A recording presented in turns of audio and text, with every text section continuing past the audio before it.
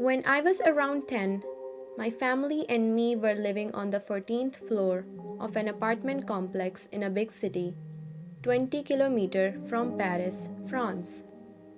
One day I was coming back from school and saw a strange man standing there, not far from the entrance of the building, rubbing his gloved hands.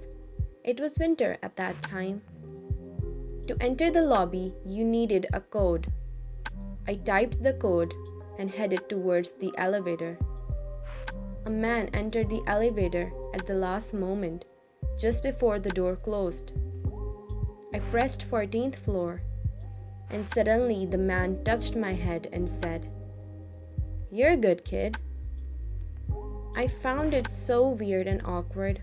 I looked at him and recognized the guy who was standing outside a few minutes ago. I don't know why, but I suddenly got a very bad feeling about the whole situation.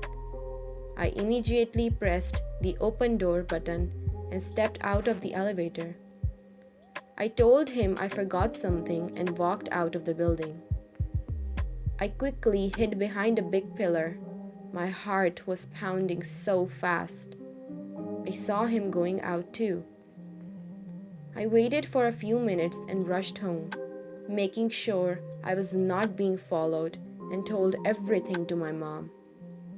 I don't remember her reaction, but I remember having been extremely disturbed by that man. A few weeks passed, and I was out to buy some groceries for my mom.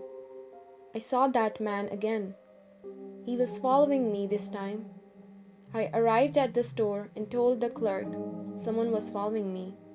A lady who was standing there proposed to walk me home. After that incident, I was so scared to go out for a few weeks, but then moved on from it.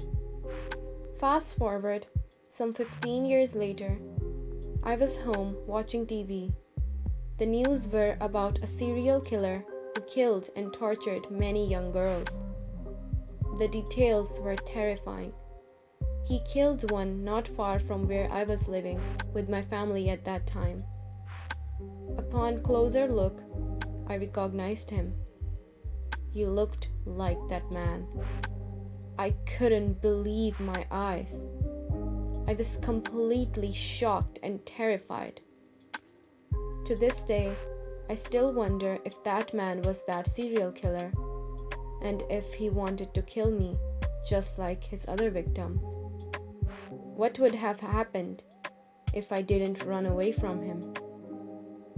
Well, I will never know, but I am 100% sure something was extremely wrong. And I am happy I was a rather suspicious kid who were afraid of talking to strangers.